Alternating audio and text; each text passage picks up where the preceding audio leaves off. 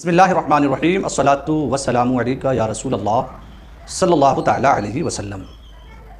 امامت بہت ہی عظیم منصب ہے۔ امامت ایک بہت بڑی ذمہ داری ہے۔ شریعت نے امامت کی شرائط مقرر کی ہے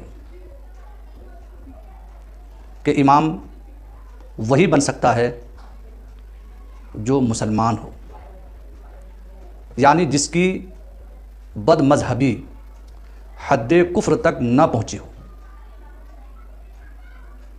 دوسری شرط یہ ہے کہ وہ عاقل ہو، پاگل مجنون نہ ہو۔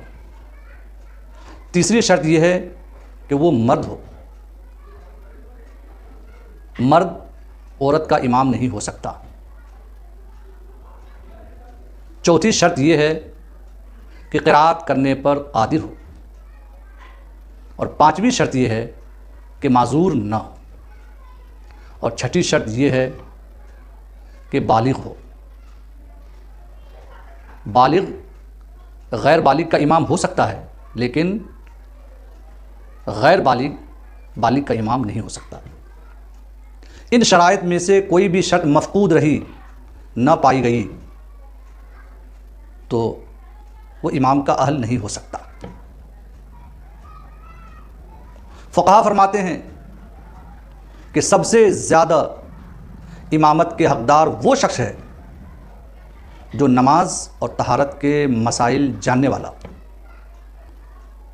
بظاہر ایک مختصر جملہ ہے کہ امامت کے حقدار وہی شخص ہو سکتا ہے جو نماز اور طہارت کے مسائل کا جانکار ہوگا۔ نماز اور طہارت کے مسائل بظاہر ایک چھوٹا جملہ دکھتا ہے، حقیقت میں اس کی ایک لمبی فہرست ہے، ایک طویل گفتگو ہے۔ طہارت میں وضو کے فرائض، کن چیزوں سے وضو ٹوٹ جاتا ہے اس کے متعلق مسائل جاننا، اور کن چیزوں سے وضو واجب ہوتا ہے، ان کے ضروری مسائل کا جاننے والا ہو۔ دو چار وضو کے مسائل جاننے والا 10-20 مسائل کے جاننے والے وہ صحیح طور پہ طہارت کے علم رکھنے والے نہیں ہو سکتا، طہارت کے مسائل کا جانکار نہیں ہو سکتا۔ بہت مشکل باب ہے کہ پاکی کس چیز سے حاصل کی جا سکتی ہے، ناپاکی کس چیز سے ہوتی ہے۔ ان ساری باتوں کا علم رکھنا ایک امام کے لیے ضروری ہے۔ اسی طرح نماز کے ضروری مسائل کا جاننے والا ہو، اور نماز کے اندر نماز کی شرائط ہیں، نماز کن چیزوں سے ٹوٹ جاتی ہے ان چیزوں کا علم رکھنے والا ہو، نماز کے واجبات کیا ہیں ان مسائل کا جاننے والا ہو، سجدے سہو کے مسائل کا بھی جاننے والا ہو۔ اور امام جمعے کی نماز بھی پڑھاتا ہے، اس لیے جمعے کے بھی ضروری مسائل کا جاننے والا ہو۔ جنازے کی بھی نماز پڑھاتا ہے، اس کے بھی ضروری مسائل کا جاننے والا ہو۔ نکاح بھی پڑھاتا ہے، تو پڑھائے گا نکاح تو اس کے لیے ضروری ہے کہ اس کے ضروری مسائل کا جاننے والا ہو۔ اور نماز کی شرائط، نماز کے واجبات، نماز کے مفسدات، نماز کے مکروہات، سجدے سہو کے مسائل، اس کی بھی بڑی لمبی تفصیل ہے، بہت باریک چیزیں ہیں، باریک مسئلے ہیں۔ ان تمام مسائل کا جاننے والا ہی امامت کے صحیح حقدار ہے۔ شریعت نے شرائط مقرر کر دی ہے کہ امام میں یہ خوبیاں دیکھی جائیں کہ نماز روزے کے مسائل جاننے والے ہیں یا نہیں، عالم با صلاحیت ہے یا نہیں۔ لیکن اس وقت امام کی تقرری کے وقت یا امام کے اندر عموماً نماز اور طہارت کے مسائل ہے یا نہیں، اس کے بارے میں کمیٹی کے ذمہ دار شخص، ارکان کمیٹی تحقیقات نہیں کرتے ہیں۔ انہیں تو صرف خوبصورت آواز چاہیے، لمبی چوڑی تقریر کرنے والا چاہیے، جوشیلی تقریر کرنے والا خطیب ہونا چاہیے، اگرچہ وہ خطیب نماز طہارت کے ضروری مسائل کا علم نہ رکھتا ہو۔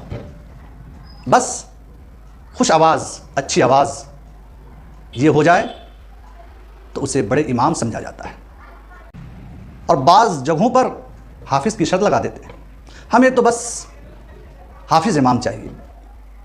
بے شک حفظ کرنا ایک بہت بڑی سعادت اور فضیلت کی بات ہے، لیکن محض حافظ ہونا شرائط امام میں سے نہیں ہے۔ حافظ ہو، اچھی آواز کا مالک ہے، لیکن وہ ضروری مسائل کا علم نہیں رکھتا، تو شریعت کے مطابق امامت کے حقدار، صحیح حقدار وہ نہیں ہے۔ آج کل مسجدوں میں کچھ لوگوں نے ذہن بنا رکھا ہے، کیسا امام چاہیے؟ حافظ شرط ہے۔ حافظ رکھیں، لیکن اس کے اندر یہ بھی دیکھا جائے کیا اس حافظ کے اندر ضروری مسائل کا علم ہے یا نہیں، عالم ہے یا نہیں، وہ بھی باصلاحیت عالم ہے یا نہیں۔ جس حافظ کے اندر حفظ قرآن بھی ہو، قرآن کا حافظ بھی ہو اور ضروری مسائل کا علم رکھتا ہو، سبحان اللہ، بہت اچھی بات ہے۔ تو محض حفظ قرآن کی وجہ سے وجہ ترجیح نہیں رکھتا جب تک کہ اس کے اندر ضروری مسائل کا علم نہ ہو۔ اور حافظ کیوں تلاش کرتے ہیں ارکان کمیٹی، مسجد کے ذمہ دار، صدر و سیکریٹری؟ تاکہ رمضان میں الگ سے عالم امام کو نذرانہ نہ دینا پڑے۔ یہی ان کی سوچ بنتی ہے، یہ ان کا ایک ذہن بنتا ہے کہ اگر عالم باصلاحیت کو امام رکھ لیا جائے تو رمضان کے مہینے میں قرآن سنانے کے لیے حافظ کی ضرورت پڑے گی، تو حافظ کو بھی نذرانہ دینا پڑے گا اور عالم کو بھی نذرانہ دینا پڑے گا۔ تو ڈبل نذرانے کے بوجھ برداشت نہ ہونے کی سبب سے کچھ لوگ مسجد کی کمیٹی کے ذمہ دار حضرات یہ شرط لگاتے ہیں کہ ہمیں بس امام حافظ چاہیے، حافظ امام چاہیے۔ یاد رکھیں، مسجد چلانے والا، مسجد خدا کا گھر ہے اور اس کا نظام چلانے والا اللہ کی ذات ہے۔ تو نذرانے کی کٹوتی کی وجہ سے ایک اچھے عالم کو نہ رکھ کر کے ممکن ہے کہ محض حافظ ہو اور اس کے اندر علمی مسائل، ضروری مسائل نہ ہو، تو بسا اوقات نماز میں غلطیاں ہو جانے کی وجہ سے، عدم علم کی وجہ سے وہ نماز خراب بھی کر سکتا ہے۔ تبھی تو کہا گیا کہ باصلاحیت ضروری مسائل کا عالم، علم رکھنے والا ہی سب سے زیادہ مستحق امامت ہے۔ وہ اس لیے تاکہ نماز میں غلطیاں ہو جانے کی صورت میں وہ نماز میں اصلاح کر سکتا ہے۔ کب کرے گا؟ جبکہ اس کے اندر ضروری مسائل کا علم ہوگا۔ نماز اہم العبادت ہے۔ ایک امام مقتدیوں کی نماز کو اپنے ساتھ جوڑ کر کے اس کی ایک ذمہ داری بنتی ہے کہ نماز درست ادا کرائے تاکہ اس کی بھی نماز درست ہو اور ساتھ میں مقتدیوں کی بھی نماز درست ہو۔ اہم العبادت ہے۔ میری گفتگو کا حاصل یہ ہے، میری باتوں سے محض حافظ قرآن جو ہو ان کو تکلیف نہیں ہونی چاہیے۔ اگر کوئی محض حافظ قرآن ہے اور وہ امامت کے منصب پر فائز ہیں تو وہ کوشش کریں کہ ضروری مسائل سیکھنے کی، وقت لگائیں، وقت صرف کرے ضروری مسائل سیکھنے کی۔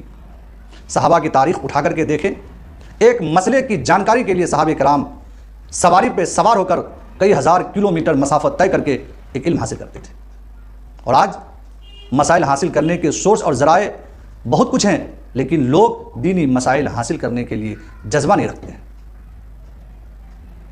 تو امام کا انتخاب، ایسے امام کا انتخاب کریں جو نماز، طہارت کے ضروری مسائل کا جاننے والا ہو، اور ساتھ میں یہ بھی دیکھیں کہ ان کی قرات کیسی ہے۔ اگر اتنے مسائل کے جانکار ہیں، ضروری مسائل کے جانکار ہیں اور قرآن عظیم تلفظ مخارج کے ساتھ پڑھتا ہے تو ایسے شخص کو امام بنائیں۔ حالات یہ ہے کہ بہت سارے باصلاحیت عالم دین اچھی آواز کی بنیاد پر وہ امامت نہیں کرتے، لوگ انہیں قبول نہیں کرتے، ایسا دور آ چکا ہے، جبکہ مستحق وہی ہیں، امامت کے لائق وہی ہے۔ اللہ رب العزت ہم سب کو شریعت مطہرہ پر چلنے کی توفیق عطا فرمائے۔